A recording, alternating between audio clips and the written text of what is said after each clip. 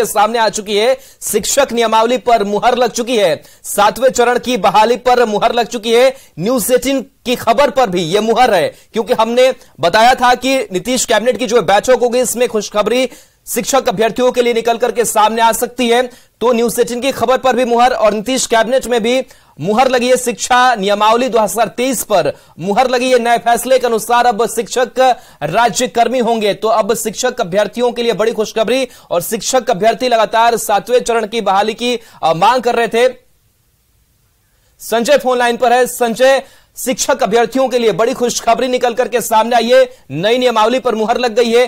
क्या इस नई नियमावली में और किस तरीके से इसका फायदा अब सीधे शिक्षक अभ्यर्थियों को होने जा रहा है? देखिए, निश्चित तौर पर बिहार के शिक्षा महकमे से एक बहुत बड़ी खबर है, और लाखों अभ्यर्थियों के लिए जो लंबे अरसे से वो अपनी उम्मीद लगाए हुए थे, सरकार ने उनकी उम्मीदों को आज पूरा किया है। और बिहार में बिहार राज्य विद्यालय अध्यापक नियमावली 2023 को नीतीश कैबिनेट ने अभी से थोड़ी देर पहले मंजूरी दे दी है, और इसमें कई बदलाव लाए गए हैं। अब इसमें बदलाव के तहत सबसे बड़ी बात यही होगी कि जो शिक्षक होंगे राज्य सरकार के कर्मी होंगे, और राज्य सरकार के कर्मियों को जो सुविधा मिल रही है, वेतन से लेकर पेंशन तक और जो दूसरी सुविधाएं हैं, वो सारी सुविधाएं अब शिक्षक जो अभ्यर्थी होंगे, जो शिक्षक बहाल होंगे, उनको मिलेगी। और 3 बार उनको एग्जाम देने का मौका मिलेगा। और जो प्रावधान लाया गया है इस नियमावली के गठन के उपरांत राज्य में प्रारंभिक एवं माध्यमिक शिक्षा के प्रभावी प्रबंधन और शिक्षा में गुणवत्ता सुधार के लिए विद्यालय स्तर पर प्रभावी हस्तक्षेप ये माना जा रहा है। और बिहार सरकार के नियंत्रणाधीन जितने भी विद्यालय हैं, तो उससे अध्यापकों के एक नए संवर्ग का गठन हो सकेगा, जो राज्य कर्मी की तरह होगा। इसके अलावा वर्तमान में पंचायती राज संस्था एवं नगर निकाय के अंतर्गत नियुक्त कर्मी भी इस नियमावली की नियुक्ति प्रक्रिया के माध्यम से राज्य कर्मी के नए संवर्ग में, यानी जो पंचायत शिक्षक है, नगर निकाय के शिक्षक है, उनको भी इसके माध्यम से परीक्षा में बैठने की अनुमति होगी, और वो भी राज्य कर्मी बन सकते हैं। तो एक बड़ा फैसला बिहार सरकार का नीतीश कैबिनेट ने अभी से थोड़ी देर पहले इस पर मुहर लगाई है। और विस्तृत तौर पर जो जानकारी दी जा रही है, इसमें महिलाओं के लिए भी आरक्षण का प्रावधान होगा। और जो संजय बन रही है, रजनीश भी हमारे साथ जुड़े हुए हैं। रजनीश, आप भी लगातार शिक्षक अभ्यर्थियों को सड़कों पर देखते रहे आंदोलन करते हुए, लेकिन अब बड़ी खुशखबरी उनके लिए सामने आई है। किस तरीके से लाभ अब मिलने जा रहा है शिक्षक अभ्यर्थियों को? बिल्कुल, देखिए, बिहार के लिए सबसे बड़ी खबर होगी, क्योंकि शिक्षा के क्षेत्र में लगातार सरकार जो है वादा कर रही थी, दावा कर रही थी, लेकिन सबसे बड़ी जो पेंडिंग प्रक्रिया थी वो शिक्षक बहाली की थी। अब ऐसे में जो नियमावली है उस पर मुहर लगी है। अब लाखों अभ्यर्थी हैं, उनकी उम्मीदें जगी है, तो अब जो है बहाली प्रक्रिया भी शुरू होगी। बता दें आपको, हालांकि जो उम्मीद नहीं की जा रही थी उन चीजों का जिक्र किया गया है कैबिनेट में। जो नई नियमावली बनी है उसमें अब आयोग के माध्यम से बहाली होगी। तो जो अभ्यर्थी अभी न्यूज 18 देख पा रहे हैं उनको ये जानकारी दे दें कि अब जो बहाली होगी वो आयोग के माध्यम से होगी। पहले क्या था कि जो नियोजन इकाई है उसके माध्यम से मुखिया या प्रखंड प्रमुख या जिला पार्षद वो करते थे, लेकिन अब आयोग के माध्यम से एप्लीकेशन जो है जारी किया जाएगा। और अब जो है जो अभ्यर्थी जो सीटेट बीटेट या एस्टेट पास है वो अब उस बहाली में डिजर्व करेंगे और वो एप्लीकेबल हो सकेंगे। तो इसमें सबसे बड़ी बात है कि महिलाओं के लिए एक बड़ा तोहफा दिया गया है सीएम नीतीश की तरफ से कि अब सभी विषयों पर 50% जो है आरक्षण का लाभ महिलाओं को दिया जाएगा। तो जो महिला अभ्यर्थी सीटेट बीटेट एस्टेट पास है उनके लिए सीधा एडवांटेज होगा कि अब वो टीचर बन सकेंगे आसानी से। सभी विषयों में उनको 50% आरक्षण मिलेगा। 3 लाख सीटें खाली है बिहार में, उसमें टीचर्स हैं, लाइब्रेरियन है, कंप्यूटर टीचर है, तमाम लोगों को अब फायदा मिलेगा। और 3 लाख में एक तरह से कहें तो माध्यमिक हो या फिर प्रारंभिक हो, दोनों की बहाली शुरू होगी। सबसे पहले ये बताया जा रहा है कि माध्यमिक के लिए विज्ञापन जारी होगा, उसके बाद क्लास 1 to 8 यानी प्रारंभिक के लिए विज्ञापन जारी होगा। तो जो विषयवार टीचर की कमी है बिहार में, अब जो है इस बहाली के बाद जो विषयवार टीचर है उनकी कमी दूर होगी और बच्चों को। चलिए, बिल्कुल रजनीश, तो बड़ी खुशखबरी है। फिलहाल बहुत बहुत शुक्रिया तमाम जानकारी के लिए। संजय भी हमारे साथ जुड़े हुए हैं। संजय, अब आयोग के जरिए जो बहाली है वो की जाएगी और पहले नियोजन इकाई के जरिए जो बहाली है वो की जाती थी, तो अब कितना अंतर होगा और पारदर्शिता भी अब पहले से ज्यादा होगी? शिक्षक नियुक्त होते थे बिहार में, नियोजन इकाई के माध्यम से होते थे और वो राज्य सरकार के कर्मी नहीं माने जाते थे, तो कहीं ना कहीं उनको चूसती थी ये बात। सरकार ने जो अब अहम फैसला लिया है कि कमीशन के माध्यम से सरकार एक कमीशन आयोग का गठन करेगी और आयोग जब परीक्षा लेकर उनको शिक्षक बनाएगा तो वो राज्य सरकार के कर्मी होंगे। तो ये बहुत बड़ी सौगात मानी जा रही है। निश्चित तौर पर नीतीश सरकार ने एक अहम फैसला लिया है अब शिक्षक जो है केवल शिक्षक नहीं रहेंगे, वो राज्य सरकार के कर्मी भी रहेंगे। अब वो पहले शिक्षक कहे जाते थे, लेकिन राज्य सरकार के कर्मी थे तो राज्य सरकार की कर्मियों को सुविधाएं मिलती थी, वो सुविधाएं उन्हें नहीं मिल पाती थी। लेकिन सब बातें अतीत की हो जाएंगी। अब नए शिक्षक जो होंगे वो बिहार सरकार के एम्प्लॉय होंगे, या बहुत बड़ी सौगात है उनके लिए। और निश्चित तौर पर आयोग जो है उनको 3 बार परीक्षा कम देगा, 3 बार वो एग्जाम में अपीयर होंगे, और इन तीनों बार में सेलेक्ट हो जाते हैं तो वो राज्य सरकार के एम्प्लॉय होंगे। ये बहुत बड़ी सौगात। और जो शिक्षक क्षेत्र से, जो शिक्षा जगत से जो लोग हैं जिन्होंने उम्मीद लगा रखी थी, लाखों छात्र लगातार सड़कों पर प्रदर्शन कर रहे थे आखिरकार, और मुख्यमंत्री ने कई बार आश्वासन भी दिया, सार्वजनिक मंच से उन्होंने कहा कि आप पेशेंस रखिए, सरकार आपके लिए बड़ी चीजें लाएगी। और आखिरकार मुख्यमंत्री ने जो कहा छात्रों और अभ्यर्थियों से, उसको पूरा किया उन्होंने, और आज सरकार का वायदा पूरा हुआ होता दिख रहा है। और निश्चित तौर पर एक बहुत बड़ी सौगात शिक्षा जगत के लिए और लाखों ऐसे अभ्यर्थियों के लिए जो शिक्षक बनने का स्वप्न संजोए हुए थे, अब वो बिहार सरकार के कर्मी होंगे। जी, अब इस नई नियमावली पर मुहर लग चुकी है, लेकिन कहीं ना कहीं जो शिक्षक अभ्यर्थी हैं वो भी इस बात का इंतजार कर रहे होंगे कि आखिर जो पूरी प्रक्रिया होगी उसमें कितना वक्त लगेगा और कितनी जल्दी हमारी बहाली हो सकेगी। वक्त क्या लग सकता है, क्या लग रहा है इसके बाद से, अब मुहर लगने के बाद? जी बिल्कुल, देखिए जो प्रक्रिया होगी, नियुक्ति की प्रक्रिया होगी, उसमें तमाम प्रावधान ला दिए गए हैं। मंत्रिपरिषद को मंजूरी देती है, उसमें नागरिक होना चाहिए इंडिया का, रिलैक्सेशन एज का फिक्सेशन भी कर दिया गया। तमाम जो प्रक्रिया है वो तो निर्धारित कर दी गई, बस एक आयोग का गठन करना है। और सरकार के लिए देखना होगा वो जो समय सीमा है, कितने दिनों के अंदर वो आयोग का गठन सरकार कर देती है। और जैसे ही आयोग का गठन हो जाएगा, निश्चित तौर पर इस आयोग का एकमात्र काम बिहार में शिक्षक, क्योंकि अब एक और फैसला लिया सरकार ने कि अब कभी भी जो भी शिक्षक की नियुक्ति होगी इसी आयोग के माध्यम से होगी। अब कोई नियोजन इकाई नहीं होगी बिहार में, न तो नगर निकाय के माध्यम से नियुक्ति होगी, न पंचायत के माध्यम से होगी।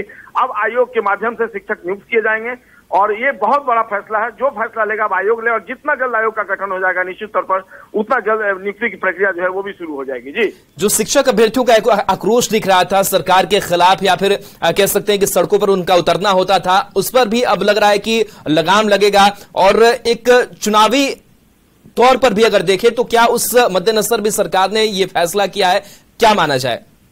जी देखिए, निश्चित तौर पर जैसा कि मैंने कहा, चूंकि सरकार के लिए भी कम प्रेशर की बात ये नहीं थी। कई बार सार्वजनिक तौर पर उप मुख्यमंत्रियों या फिर नीतीश कुमार हो, जिस तरीके से लाखों अभ्यर्थी, हजारों अभ्यर्थी पटना की सड़कों पर उतरकर प्रदर्शन कर रहे थे, तो सरकार भी प्रेशर में थी। लेकिन थोड़ी नियमावली बनने में देरी हुई और एक बड़ा फैसला लेना था। आज का जो ये फैसला है वो साबित कर रहा है कि सरकार किसी बड़े फैसले को लेकर काम कर रही थी, और उसी बड़े फैसले को आज मूर्त रूप दिया गया है। ये मामूली बड़ा फैसला नहीं है, क्योंकि मैंने जैसा कि आपको बताया कि जो शिक्षक होते थे उन्हें केवल नियोजित शिक्षक का कर संबोधित किया जाता था। लेकिन आज आप जो फैसला लिया सरकार ने, वो बिहार सरकार के कर्मी होंगे, तो भला इससे बड़ी सौगात उनके लिए क्या हो सकती है। तो ऐसे में छात्र शिक्षक अभ्यर्थी जो सोच रहे थे उससे कहीं अलग जाकर सरकार ने उनके लिए एक बड़ा तोहफा दिया है। और निश्चित तौर पर देखना होगा धीरे धीरे जो संघ है उनकी तरफ से भी प्रतिक्रिया आएगी और वेलकम किया जाना चाहिए, एक ड्रेसिंग स्टेप बिहार सरकार की तरफ से। ऐसे में जबकि चुनावी साल जब नजदीक आ रहा है और लाखों अभ्यर्थियों की बात थी और सरकार ने जो उनकी उम्मीदों थी उन उम्मीदों को पूरा किया। चलिए संजय, बने रहिए हमारे साथ। पटना से शिक्षक नेता अश्विनी पांडे भी हमारे साथ जुड़े हुए हैं। अश्विनी जी, लगातार आप लोग आंदोलन कर रहे थे, नेतृत्व भी आप कर रहे थे, लगातार शिक्षकों का जुटान हो, नियमावली को लेकर के बातचीत हो, और अब लग रहा है कि आप लोगों का आंदोलन अब सफल हुआ है, अब उम्मीदें जग गई है ना? जी, सबसे पहले तो न्यूज 18 को धन्यवाद कि हम लोगों के आवाज को आपने प्रमुखता से समय समय पे उठाया है। तो बहुत खुशी का दिन है आज बिहार के नियोजित शिक्षक जितने हैं उनके लिए, अभ्यर्थियों के लिए, कि माननीय उप मुख्यमंत्री तेजस्वी यादव जी ने अपने जो घोषणा पत्र में इन चीजों का जिक्र किया था, उसको वो पहला कदम उन्होंने बढ़ाया है। तो मैं माननीय मुख्यमंत्री जी, उप मुख्यमंत्री जी और शिक्षा मंत्री जी का धन्यवाद करना चाहूंगा।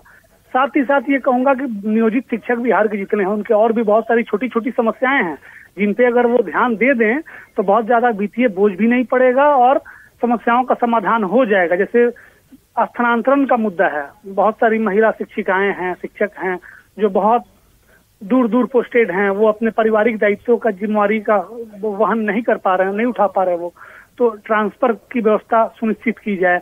और इसी तरीके से बहुत छोटी छोटी समस्याएं हैं हम लोग का, और भी बहुत सारा छोटा छोटा मांग है जो सरकार पे बोझ नहीं बनेगा बहुत ज्यादा वित्तीय और आसानी से हो सकता है। तो हम चाहेंगे कि ऐसे ही सकारात्मक कदम उठाते हुए, दिखाते हुए, और सरकार ये कदम उठाए। जहां तक रही नियमावली की, तो हम लोग देख रहे हैं उसको, हम लोग के पास उसको सामने लाया नहीं गया है। देख लेते हैं, फिर उस पर हम लोग अपना प्रतिक्रिया देंगे। वैसे जो खबरें हम लोगों को मिली थी शिक्षा मंत्री के कार्यालय से, हम धन्यवाद करना चाहेंगे। उन लोगों ने लगभग हम लोग की मांगों को माना है, ऐसी खबर आ रही है। अगर ये सही होती है तो हम फिर शिक्षा मंत्री जी और उनके जो ओएसडी हैं उनको, सज्जन जी को, और सबसे ज्यादा धन्यवाद हम लोग पालीगंज के विधायक संदीप सौरभ जी का करना चाहेंगे। उन्होंने भी बहुत सकारात्मक भूमिका इसमें निभाई है। तो सभी तरह के शिक्षक इस में बैठ पाएंगे। 50% महिलाओं को भी आरक्षण दे दिया गया है, 10 साल की छूट दे दी गई है। नियमावली में कई सुविधाएं जो है, शिक्षकों को अंतर जिला की सुविधाएं जो है वो भी दी गई है। तो इस नई नियमावली को लेकर के, और चलिए अश्विनी जी बने रहे, शिक्षक अभ्यर्थी अभिषेक भी हमारे साथ जुड़े हुए हैं। अभिषेक, अब आप लोगों के लिए एक अच्छी और बड़ी खबर, खुशखबरी जो है वो निकल करके सामने आई है कि करीब 3 लाख शिक्षकों के जो बहाली का रास्ता है वो साफ हो गया है, नई नियमावली पर मुहर लग गई है। अब क्या लग रहा है कि आप लोगों का आंदोलन सफल हुआ है और जल्द बहाली की प्रक्रिया पूरी होगी? जी, बहुत बहुत धन्यवाद। सबसे पहले न्यूज 18 को मैं धन्यवाद देना चाहता हूँ कि यह प्रमुखता से हमारी खबरों को और आंदोलन को चलाते रहे हैं। और आज न्यूज 18 ने ही सबसे पहले ये सूत्रों के हवाले से खबर दी थी कि नियमावली पर मुहर लग गई। अब हमारे आंदोलन का असर है कि नियमावली पर मुहर लग गई है। अब देखना यह है सर कि हम लोग की बहाली जल्द से जल्द सरकार कैसे पूरी करती है। बस यही हम लोग का आशा है कि जल्द से जल्द हमारी बहाली पूरी हो जाए। और हम सरकार से यही मांग करते हैं कि जल्द से जल्द हमारी बहाली पूरी हो जाए। हम लोग STT मेरिट शिक्षक अभ्यर्थी 30,675 पिछले 4 सालों से बैठे हुए हैं और न्यूज 18 ने हमारी आवाजों को बराबर हर आंदोलन में उठाया है, उसके लिए धन्यवाद सर। अभिषेक, पहले नियोजन इकाई के तहत बहाली की जाती थी, अब तो कमीशन बन जाएगा और बाकी पारदर्शी तरीके से आप लोगों की बहाली जो है वो सुनिश्चित की जा सकेगी। तो क्या लग रहा है कि इसका फायदा आप लोगों को मिलेगा? अब सड़कों पर उतरने की आप लोगों को भी नौबत नहीं आएगी? नहीं, अगर ये नियोजन इकाई खत्म हो गई है तो बहुत अच्छा, क्योंकि हमारी मांग यही थी नियोजन इकाई खत्म हो जाए और सेंट्रलाइज पूरी तरीके से होगी तो पारदर्शी हो गया। इसमें एकदम कोई भी किसी भी तरीके गुंजाइश नहीं होगा गलत करने का, क्योंकि सेंट्रलाइज कंप्यूटराइज होगी तो पारदर्शी होगी। और सरकार बहुत ही अच्छे कदम उठाई है। हम लोग का जो मांग था वह मांग मिल गई। अब ये देखना है कि नियमावली में हमारा STT मेरिट शिक्षकों अभ्यर्थियों का कितने वेटेज दिया गया है, STT मार्क्स पे किया गया है कि नहीं किया गया है, ये देखना है। जी सर। चलिए, बिल्कुल। तो आप लोगों की नियुक्ति की जो प्रक्रिया है वो अब और ज्यादा कह सकते हैं कि आसान हो गई है। आप लोगों के लिए खुशखबरी जो है वो भी सामने आ रही है। लेकिन जिस तरीके से देखा जाए, आप लोग लगातार आंदोलन कर रहे थे और कई मसलों को लेकर के उठा रहे थे कि जो पूरी प्रक्रिया होती है वो काफी अनसुलझी हुई होती है, वो सुलझी हुई नहीं होती है। तो ऐसे में जो नई नियमावली है जिसकी आप लोग मांग कर रहे थे, क्या उसके करीब मानते हैं कि इस नई नियमावली के जरिए नियम बनाए गए हैं और उसका फायदा आप लोगों को पहुंचेगा? जी, एकदम, क्योंकि 2020 का नियमावली एकदम डिग्री दिखाओ नौकरी पाओ पे चल रही थी। हम लोग का पूरा मांग था नई नियमावली में STT marks, CTET marks, BTEC marks और सेंट्रलाइज प्रक्रिया अपनाया जाए। हमें पूरा विश्वास है कि नई नियमावली में यही प्रक्रिया अपनाया गया है। और आज 3 लाख शिक्षकों की खुशहाली का दिन है, क्योंकि यह सरकार बहुत दिनों से टाल मटोल कर रही थी। लेकिन हम लोग का आंदोलन जो ताबड़तोड़ आंदोलन कर रहे थे, क्योंकि बिहार में 6,421 विद्यालय में एक भी हाई स्कूल के शिक्षक नहीं है, जिसके लिए हम लोग आंदोलन अभी 31 मार्च को भी किया था। तो सरकार ने हमारी बात को ध्यान पूर्वक रखते हुए आज नई नियमावली को मोहर लगा दी है। उसके लिए सरकार को बहुत बहुत धन्यवाद देना चाहते हैं। साथ ही साथ न्यूज 18 को भी बहुत बहुत धन्यवाद देना चाहते हैं। पहले नियोजन के तहत बहाली होती थी, नियोजित शिक्षक कहलाते थे, लेकिन अब तो राज्यकर्मी का दर्जा मिलेगा। वेतन को लेकर के तमाम सुविधाएं भी आप लोगों को मिलने जा रही है। तो इसका जो फायदा है और इसका जो लाभ है उससे आप कितने आशान्वित नजर आते हैं? बहुत अच्छा लगा कि राज्यकर्मी का दर्जा, एक शिक्षक राष्ट्र का निर्माता होता है और राज्यकर्मी का दर्जा दिए जाने के लिए नीतीश कुमार जी को बहुत बहुत धन्यवाद देना चाहता हूँ कि उन्होंने बहुत ही अच्छी पहल किया है।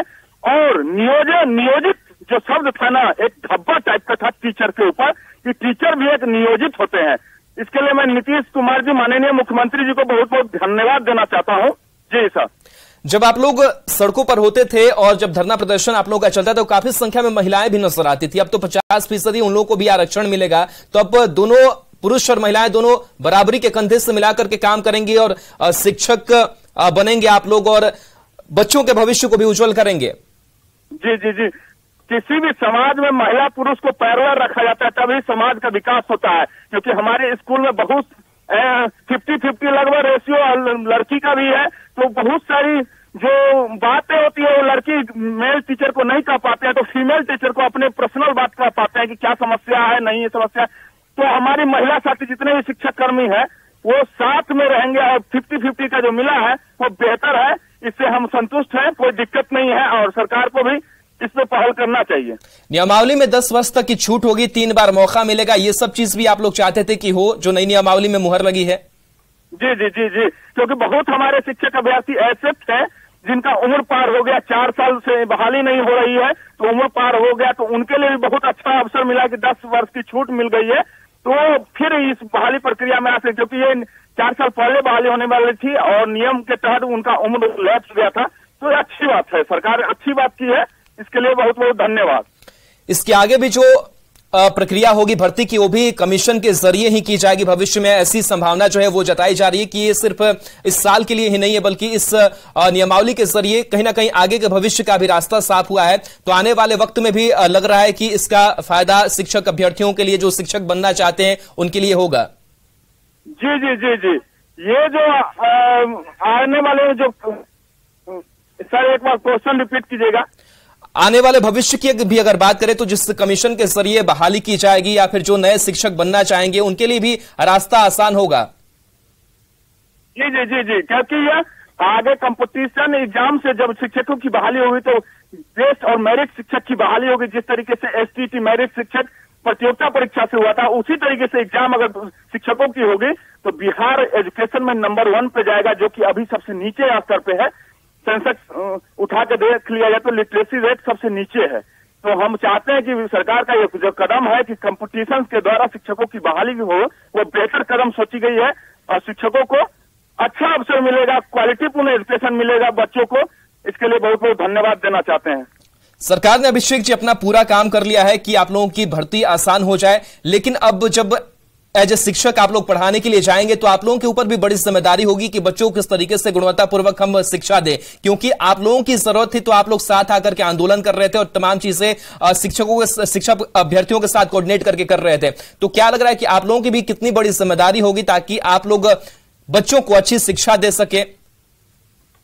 जी जी, हमारी पूरी जिम्मेदारी है। जिस तरीके से मैंने अपनी प्रतियोगिता परीक्षा को पास किया, ठीक उसी प्रकार से हम अपने स्कूल में जाके बेहतर एजुकेशन दे बच्चों को, क्वालिटीपूर्ण एजुकेशन दे, ये हमारी जिम्मेदारी बनती है। जैसे ही मैं स्कूल में जाऊंगा तो बेहतर शिक्षा दे पाऊंगा और अपनी पूरी कर्तव्य निष्ठा से 100% मैं अपनी पूरी 100% दूंगा बच्चों की पढ़ाई के लिए। सरकार से नाराजगी भी थी आप लोगों की क्योंकि आपकी मांगे पूरी नहीं हो पा रही थी, लेकिन अब सरकार ने आपके लिए सोचा है, नाराजगी आने वाले समय में या फिर अब लगता है कि दूर हो रही है? जी जी जी जी, सरकार से नाराजगी थी क्योंकि पिछले 4 सालों से ये बहाली नहीं दे रही थी, नियमावली नहीं हो पा रही थी, इसलिए सरकार से नाराजगी थी। लेकिन आज खुशी का दिन है कि पिछले 4 सालों का हम लोग का पर्यटन एकदम बढ़िया क्लियर कर दिया सरकार, नियमावली पर मोहर लगा दिया। अब देखना यह है कि नियमावली में कितना क्या चीज आई है बन छन के, ये जब हाथ में आ जाएंगे तो और बात निकलेगी। अभी तो कैबिनेट की मोहर लगी है और बेहतर ही होगा। सरकार कभी भी कोई कदम उठाती है तो बेहतर ही कदम उठाती है। आशा है यही कि अच्छा कदम होगा, उसमें सेंट्रलाइज अपनाया गया, ये सब बेस्ट तरीका है। जी चलिए, बिल्कुल अभिषेक, शुक्रिया हमारे साथ जुड़ने के लिए। और संजय भी हमारे साथ लाइव जुड़े हुए हैं। और संजय, जिस तरीके से अब नई शिक्षा नियमावली पर मुहर लग गई है, लाखों शिक्षक अभ्यर्थियों के लिए काफी बड़ी खुशखबरी निकल करके सामने आई है, और अब सबसे बड़ी बात कि नियोजित शिक्षक नहीं बल्कि अब राज्यकर्मी होंगे, तो जाहिर सी बात है कि चाहे वो वेतन को लेकर के हो और भी सुविधाओं को लेकर के हो, उसका ज्यादा फायदा मिलेगा शिक्षकों को। एक बात है कि अभी तक जो नियोजित शिक्षक हैं उन्हें भी अगर शिक्षक बनना होगा, राज्य सरकार का कर्मी बनना होगा, तो उनको भी एग्जाम में अपियर होना बनना होगा, राज्य सरकार का कर्मी बनना होगा तो उनको भी एग्जाम में अपियर होना पड़ेगा। ये सबसे बड़ी बात है। वो नियोजित शिक्षक ही रहेंगे जब तक वो जो आयोग का गठन होगा और उस एग्जाम में वो पास नहीं होते हैं तब तक वो नियोजित शिक्षक ही कहे जाएंगे। उनके लिए कोई विशेष सुविधा की बात नहीं है। हाँ, नए शिक्षक जो बहाल होंगे वो अब राज्य सरकार के कर्मी होंगे। लेकिन सबसे बड़ी बात यह है कि जितने नियोजित शिक्षक अब तक बनाए गए हैं, अगर सभी एग्जाम में पास नहीं होंगे तो उनको नियोजित शिक्षक की तरह ही सारी सुविधाएं जो अभी मिल रही हैं वो मिलेंगी। लेकिन एक सबसे बड़ी बात यही है कि अब आयोग जो है, बिहार सरकार द्वारा गठित आयोग जो है, वो एग्जाम लेगा और उसके बाद जो नए शिक्षक होंगे वो बिहार सरकार के कर्मी होंगे और जो ग्रेजुटी है, जो पेंशन है, जो वेतन बढ़ोतरी का फैसला होगा, जो डीए का फैसला होगा, जिस तरीके से मिल रहा है राज्य सरकार के कर्मियों को, वो सारी सुविधाएं एकमुश्त एक तरीके से इन नए शिक्षकों को मिलेगी। तो सबसे बड़ी बात यही है कि जो पुराने नियोजित शिक्षक है उन्हें किसी तरह की राहत नहीं मिली। अभी से थोड़ी देर पहले इस बारे में बताया गया है और जो हम लोगों ने जो एसीएस थे, अपर मुख्य सचिव थे मंत्रिमंडल सचिवालय विभाग के एस सिद्धार्थ, उनसे पूछा भी कि जो नए शिक्षक बनेंगे वो तो ठीक है, राज्य सरकार के कर्मी होंगे, जो पुराने नियोजित शिक्षक हैं उनको आप क्या फैसिलिटी दे रहे? बोले उन्हें भी इस एग्जाम में अपीयर होना पड़ेगा। और जो ये सारी बातें हो रही थी 7वें चरण की सबकी, अब सबको नई शिक्षा नियमावली जो बनी है सरकार की, उसी के तहत जो आयोग का गठन होगा उसके तहत वो एग्जाम में शामिल होंगे। 3 बार उन्हें मौका मिलेगा और तमाम तरह की सुविधाएं जो है और जो प्रावधान किए गए हैं, बहुत लंबा चौड़ा जो नियम और प्रावधान जो लाया गया है, उसमें नियुक्ति की प्रक्रिया शिक्षा विभाग द्वारा विद्यालय अध्यापक के पद पर सीधी नियुक्ति, जिला स्तर पर रिक्त पदों की गणना करके रोस्टर क्लियरेंस के साथ जो आरक्षण का नियम होगा उसकी अधियाचना आवश्यकता अनुसार आयोग को भेजी जाएगी। यानी जो जिला के अनुसार जो रिक्तियां होगी उसको आरक्षण के कोटिवार अधियाचना आवश्यकता अनुसार भेजी जाएगी और सीधी भर्ती हेतु जो नियुक्ति के लिए आवेदन मिलेगा उसकी अनुशंसा की जाएगी। उसके आलोक में आयोग रिक्तियों की संख्या विज्ञापित करेगा, यानी इसके लिए विज्ञापन निकाला जाएगा और आयोग द्वारा विज्ञापित आवेदन पत्र से विद्यालय में जो संख्या होगा वो तय होगा और अध्यापक अभ्यर्थी द्वारा योग्यता से संबंधित स्वघोषणा के आधार पर उनकी उम्मीदवारी का मूल्यांकन किया जाएगा। तमाम तरह की जो बातें हैं वो धीरे धीरे अब स्पष्ट होने लगी, यानी सरकार ने जो नियमावली है वो करीब करीब तय कर लिया है और आयोग जो है वो विद्यालय अध्यापक के सभी पदों पर सीधी नियुक्ति से भरे जाएंगे।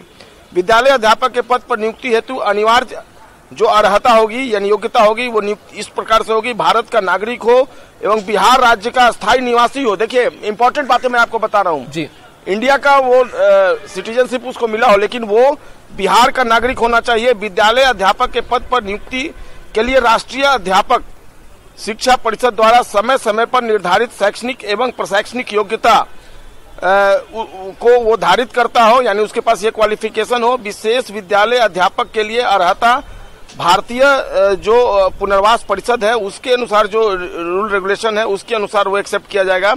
तीसरी बात है कि राज्य सरकार एवं केंद्र सरकार द्वारा समय समय पर आहूत शिक्षक पात्रता परीक्षा उत्तीर्ण हो, लेकिन वर्ष 2012 से पूर्व नियुक्त एवं कार्यरत शिक्षक जो दक्षता परीक्षा उत्तीर्ण होंगे उनके लिए शिक्षक पात्रता परीक्षा में उत्तीर्णता अनिवार्य नहीं होगी। आयु जो है वो बताया गया कि प्राथमिक एवं मध्य विद्यालय में विद्यालय अध्यापक की नियुक्ति के लिए जो नियुक्ति वर्ष की 1 अगस्त को अभ्यर्थियों की न्यूनतम आयु 18 वर्ष यानी मिनिमम जो एज का कैटेगरी रखा गया है योग्यता वो 18 साल एवं कोटिवार अधिकतम आयु सीमा वही होगी जो राज्य सरकार के जो कर्मी होंगे समान प्रशासन विभाग द्वारा पहले से तय है उसके अनुसार निर्धारित किया जाएगा। इसके अलावा कई और जो नियम और जो प्रक्रियाएं निर्धारित की गई हैं उसके अनुसार समय समय पर एक और चीज दी गई कि प्राथमिक विद्यालयों में नियुक्ति के लिए नियुक्ति वर्ष की 1 अगस्त को अभ्यर्थियों की न्यूनतम आयु 21 वर्ष होगी एवं जो कोटिवार अधिकतम आयु की सीमा वही होगी जो राज्य सरकार द्वारा समय समय पर निर्धारित किया गया। तमाम तरह की बातें जो हैं अभी जैसा कि आप पूछ रहे थे मैं आपको बता दूं कि नियम और जो प्रक्रियाएं हैं वो तय कर दी गई हैं। आयोग जो है जब डिस्ट्रिक्ट से जो वैकेंसी होगी शिक्षकों की वो आयोग को भेजा जाएगा। बिल्कुल संजय, तो अब जो नई शिक्षक को लेकर के जो नई नियमावली है उस पर मुहर लग चुकी है और कई जो सुविधाएं वो भी देने की कोशिश की गई है। फिलहाल बहुत बहुत शुक्रिया आपका तमाम जानकारी के लिए। तो एक बड़ी खुशखबरी अब शिक्षक अभ्यर्थियों को मिल चुकी है। फिलहाल इस बुलेटिन में इतना ही। नमस्कार। Headlines presented by